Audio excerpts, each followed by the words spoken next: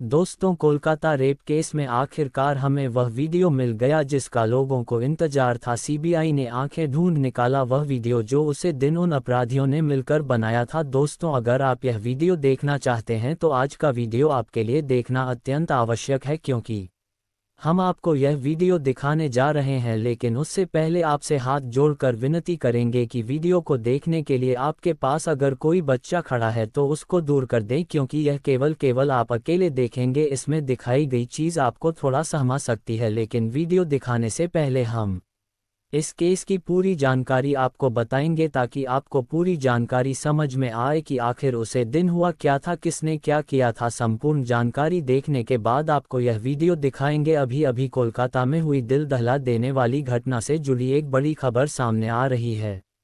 ये जानकर आप हैरान रह जाएंगे। ये जानकारी इतनी चौंकाने वाली है कि इसे सुनकर आपके पैरों तले जमीन खिसक जाएगी।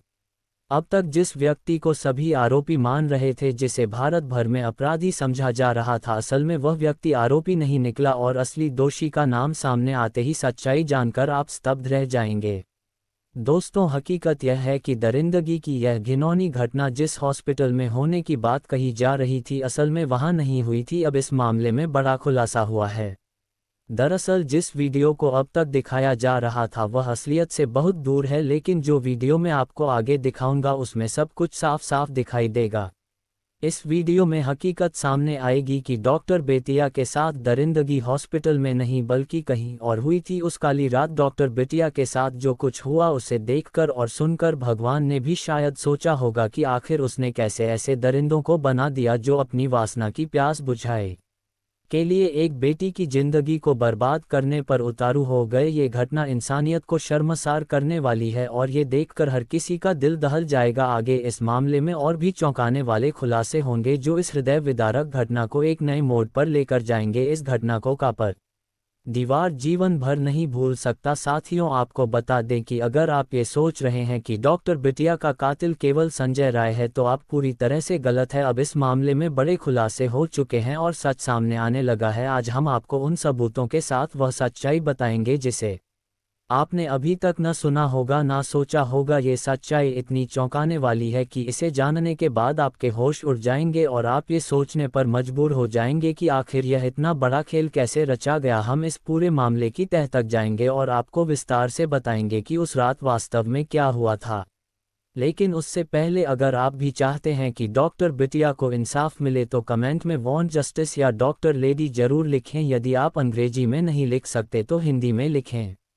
डॉक्टर बिटिया को जल्द से जल्द न्याय मिले, क्योंकि ऐसा ही मामला एक बार पहले भी हुआ था जहां पीड़िता को 5 साल तक इंसाफ के लिए दर दर भटकना पड़ा था और तब कहीं जाकर न्याय मिला। बहुत से केस ऐसे होते हैं जिन्हें दबा दिया जाता है फाइलों के नीचे ताकतवर लोगों के पीछे, लेकिन यह मामला दर्ज नहीं चाहिए और इसके लिए आपकी आवाज़ उठनी जरूरी है। आइए अब आपको बताते हैं उस रात की सच्चाई जिसे सुनकर आप हैरान रह जाएंगे। साथियों, अब तक सभी को यही लग रहा था कि डॉक्टर बिटिया के कातिल सिर्फ संजय रॉय है और उसी ने सेमिनार हॉल में जाकर यह घिनौनी वारदात अंजाम दी। लेकिन ताज़ा पॉलीग्राफ टेस्ट से कुछ और ही खुलासे हो रहे हैं। सीबीआई की जांच में संजय राय ने बताया कि 8 अगस्त की रात वह गलती से सेमिनार हॉल में घुसा था। संजय राय ने बयान में कहा कि उस रात वह एक मरीज को अस्पताल में भर्ती कराने आया था जिसकी तबीयत अचानक बहुत बिगड़ गई थी। मरीज के परिवार ने संजय को फोन कर तुरंत ऑक्सीजन की व्यवस्था करने के लिए कहा। संजय ने भरोसा दिलाया कि वह जल्द ही ऑक्सीजन का इंतजाम कर देगा और इस काम के लिए वह अपने एक परिचित डॉक्टर को ढूंढने लगा। पूरे अस्पताल में इधर उधर भटकने के बाद भी जब वह डॉक्टरों से नहीं मिले तो वह 3rd फ्लोर पर चला गया जहां वह डॉक्टर अक्सर ड्यूटी पर रहते थे, लेकिन वहां भी उसे डॉक्टर नहीं मिला। लगातार खोजते खोजते 3rd फ्लोर के सेमिनार हॉल तक जा पहुंचा और यहीं पर उसकी मौजूदगी की यह रहस्यमय कहानी शुरू होती है। पॉलीग्राफ टेस्ट के इन खुलासों ने पूरे मामले में एक नया मोड़ ला दिया है, क्योंकि अब सवाल उठता है, क्या वार्ता ही संजय रॉय उस रात सिर्फ एक मरीज के लिए ऑक्सीजन का इंतजाम करने की कोशिश कर रहा था, या इसके पीछे कोई और गहरी साजिश छिपी थी। जांच के अगले चरण में और भी कई रहस्य खुलने बाकी है। तो देखता है कि वहां डॉक्टर बिटिया की बॉडी पड़ी थी। उसने डॉक्टर बिटिया के शरीर को हिलाया लेकिन कोई मूवमेंट नहीं हुआ। उसने से छुआ और उठाने की कोशिश भी की, लेकिन फिर भी डॉक्टर बिटिया के शरीर में कोई मूवमेंट नहीं देखा। ये सब देख संजय राय घबरा गया और वहां से भाग निकला, और यही भागते वक्त किसी चीज से टकराकर वह लड़खड़ा आया और उसका ब्लूटूथ डिवाइस गिर गया। संजय राय ने बताया कि वह डॉक्टर बिटिया को पहले से नहीं जानता था, और जिस रात वह अस्पताल में आया उस रात अस्पताल के गेट पर कोई सिक्योरिटी नहीं थी, कोई सिक्योरिटी गार्ड नहीं था और ना ही किसी ने उसे रोका। और यहीं से यह पूरा के एक नए मोड़ पर चला जाता है और पता लगता है कि कई लोग हैं जिन्होंने इस घिनौनी साथ साथ में अपने अपने हिस्से का पाप किया, जिसमें ये 5 लोग गिरफ्तार हो चुके हैं। आइए एक एक कर सबके कम को देखते हैं, आपको सब कुछ बताते हैं। तो सबसे पहले शुरू करते हैं किरदार नंबर 5 से, विप्लव सिंह। ये भी खुलासा हुआ था कि जीकर मेडिकल कॉलेज में कुछ ऐसा था जिसे डॉक्टर बिटिया जानती थी, और यही जानकारी उनके लिए खतरनाक साबित हो सकती थी।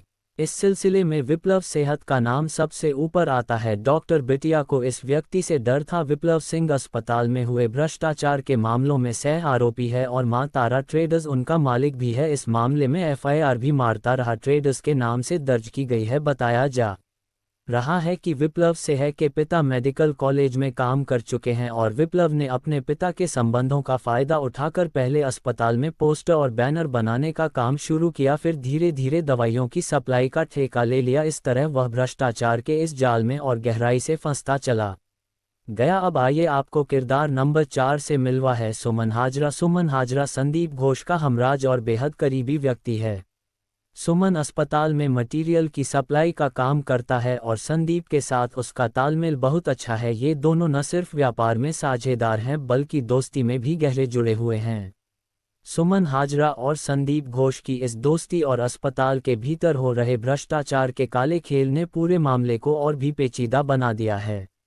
ये स्पष्ट है कि डॉक्टर बिटिया जिन सच्चाई से वाकिफ थी उन्हीं ने उनकी जान को खतरे में डाल दिया था। ये सरकारी दबाव से लेकर मेडिकल उपकरणों की खरीद करके उन्हें दोबारा बाजार में बेचने का काम करता था। इसकी हाजरा मेडिकल शॉप के नाम से दुकान भी है, मतलब इसने खुद की शॉप भी खोल रखी थी। सुमन और विप्लव कोलकाता शहर के एक ही मोहल्ले में रहते हैं। ऐसे में शक है कि डॉक्टर बिटिया सुमन हाजरा के काले कारनामों को जान चुकी थी और जल्द ही कोई बड़ा खुलासा करने वाली थी। इसका उसे काफ़ी डर बना था। अब बात करते हैं किरदार नंबर 3 अफसर अली खान। संदीप घोष के साना लोगों में से एक नाम अफसर अली खान का भी है। अस्पताल के पूर्व उपाधीक्षक डॉक्टर अख्तर अली ने बताया था कि संदीप अपनी सुरक्षा में प्राइवेट सिक्योरिटी रखता था। इसमें संजय राय के साथ साथ कुछ अफसर भी बाउंसर का काम करते थे। ऐसे में संदीप घोष की संजय राय से इतनी नज़दीकियां कुछ ना कुछ राज उपाय बैठी थी, इसलिए इन्हें भी गिरफ्तार कर लिया गया है। किरदार नंबर 2 संदीप घोष। संदीप घोष वह शख्स है जिसने अस्पताल के लावारिस शवों को भी नहीं बख्शा, यह उन्हें भी बाहर बेच देता था। अब संदीप घोष गिरफ्तार हो चुका है, लेकिन उसके अंदर छिपे कितने सच अभी भी बाहर नहीं आए हैं, ये सवाल हर किसी के मन में है। बिटिया की इस दर्दनाक मौत के लिए संदीप घोष भी पूरी तरह जिम्मेदार है। दरअसल डॉक्टर बिटिया के पास संदीप घोष के घोटालों और कारनामों का कच्चा चिट्ठा था, और ऐसे में यह सवाल उठता है क्या इसने ही कोई साजिश रची थी। इसी अस्पताल के पूर्व उपाधीक्षक डॉक्टर अख्तर ने संदीप घोष के खिलाफ वित्तीय अनियमितताओं की शिकायत दर्ज कराई थी। उनके मुताबिक संदीप घोष अस्पताल के सारे कॉन्ट्रैक्ट अपने परिवार और रिश्तेदारों को दिलाता था ताकि उनसे मनमर्जी के काम करवा सके। यहां तक कि बायोमेडिकल कचरे के निपटान में भी भारी चोरी की गई थी। घोष के कारनामों से नाराज लोगों का गुस्सा इस कदर बढ़ गया था कि जब सीबीआई उसे अलीपुर कोर्ट में पेशी के लिए लाई तो कोलकाता के आरकर मेडिकल कॉलेज के पूर्व प्रिंसिपल को एक प्रदर्शनकारी ने थप्पड़ मारने की कोशिश की। प्रदर्शनकारियों ने उसे देखते ही चोर चोर के नारे लगाए। फांसी की मांग की। किरदार नंबर 1 संजय रॉय। कोलकाता के डॉक्टर रेप और मर्डर केस में संजय रॉय मुख्य आरोपी है। अब तक की जांच में यही सामने आया है कि इस खौफनाक वारदात को संजय राय ने अकेले ही अंजाम दिया। सीबीआई के पास उसके खिलाफ ठोस सबूत है जो उसके गुनाहों की चीख कर गवाही दे रहे हैं। संजय राय के खिलाफ इतने पुख्ता प्रमाण है कि उसके बचने की कोई गुंजाइश नजर नहीं आती। इस पूरे केस में जहां एक तरफ संदीप घोष के घोटाले और साजिशें सामने आ रही है, वहीं संजय रॉय के खिलाफ सबूत उसे न्याय के कटघरे में खड़ा कर रहे हैं। अब देखना यह है कि इन दोनों दरिंदों को कब और कैसे उनके किए की सजा मिलती है। ये फिलहाल न्यायिक हिरासत में है। कोलकाता पुलिस ने इसे वारदात वाले दिन सुबह ही गिरफ्तार कर लिया था, पर अभी भी यह अलग अलग कहानियां सुना रहा है। चिंता की बात नहीं है, सीबीआई सबको ठोक पीट कर सच मुंह से बाहर निकलवाना बहुत अच्छे तरीके से जानती है। प्रदर्शन कर रहे डॉक्टरों का आरोप है कि पुलिस ने रेप और मर्डर केस की जांच में शुरू से ही लापरवाही बरती है। इसके विरोध में डॉक्टरों ने पुलिस कमिश्नर गोयल की तस्वीरें हाथ में लेकर उनके इस से की मांग की। बीबी गांगुली स्ट्रीट पर रोके जाने के बाद डॉक्टरों ने पुलिस कमिश्नर का पुतला भी जलाया। धरने पर बैठे एक डॉक्टर ने न्यूज एजेंसी पीटीआई से कहा, हमें अंदाजा नहीं था कि कोलकाता पुलिस हमसे इतनी डरी हुई है कि हमें रोकने के लिए 9 फीट ऊंचा बैरिकेड लगा देगी। हमारा आंदोलन तब तक जारी रहेगा जब तक हमें लाल बाजार पहुंचकर कमिश्नर से मिलने की अनुमति नहीं मिलती। हम तब तक यहीं बैठे रहेंगे। सोमवार 2 सितंबर को कोलकाता हाईकोर्ट के पूर्व जज और वर्तमान सांसद अभिजीत गंगोपाध्याय भी प्रदर्शनकारियों का समर्थन करने के लिए धरना स्थल पर पहुंचे। हालांकि डॉक्टरों ने उनकी मौजूदगी पर हंगामा खड़ा कर दिया और गो बैक के नारे लगाने लगे। इस पर भाजपा सांसद गंगोपाध्याय ने कहा, उन लोगों ने मुझे गलत समझा है। मैं यहां एक आम नागरिक के रूप में उनका समर्थन करने आया हूं, मैं उनके खिलाफ नहीं हूं। सांसद ने पुलिस कमिश्नर से अपील करते हुए कहा, कमिश्नर डॉक्टरों से मिलने क्यों नहीं आ रहे। गंगोपाध्याय का कहना था कि पुलिस को डॉक्टरों की बात सुननी चाहिए और उनके सवालों का जवाब देना चाहिए क्योंकि यह मामला बहुत गंभीर है। डॉक्टरों का आंदोलन लगातार तेज हो रहा है और जब तक उन्हें न्याय नहीं मिलता तब तक ये विरोध खत्म होने की संभावना नहीं दिखती। उन्होंने कहा, ये प्रदर्शनकारी डॉक्टर हैं, गुंडे नहीं हैं। नए कानून के हिसाब से क्या कोलकाता के दोषी को 10 दिन में फांसी हो जाएगी।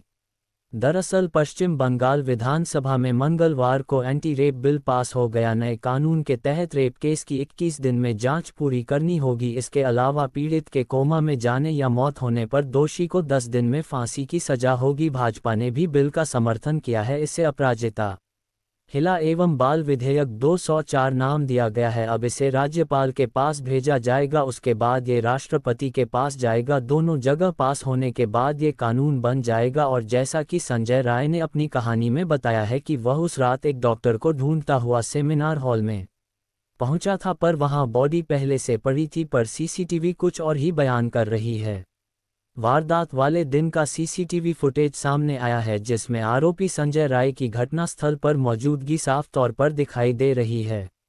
सीसीटीवी फुटेज में संजय सेमिनार हॉल की ओर जाते हुए नजर आता है। खास बात यह है कि जब संजय हॉल में घुसता है तो उसके गले में ब्लूटूथ डिवाइस होता है, लेकिन जब वह वहां से बाहर निकलता है तो वह ब्लूटूथ गायब होता है। पुलिस ने यही ब्लूटूथ घटनास्थल से बरामद किया है। ये पहली बार है जब इस घटना से जुड़े पुख्ता सबूत रिकॉर्ड पर मिले हैं। या सीसीटीवी फुटेज 9 अगस्त की देर रात 9 बजे से लेकर 4 बजे तक का है, जिसमें संजय रॉय आजीकर अस्पताल के परिसर में नजर आ रहा है। इसी फुटेज के आधार पर पुलिस ने संजय राय को गिरफ्तार किया है। साथियों, अब सवाल यह उठता है, डॉक्टर का असली कातिल कौन है? क्या संजय राय ही इस वारदात का मुख्य आरोपी है या इसके पीछे कोई और भी है?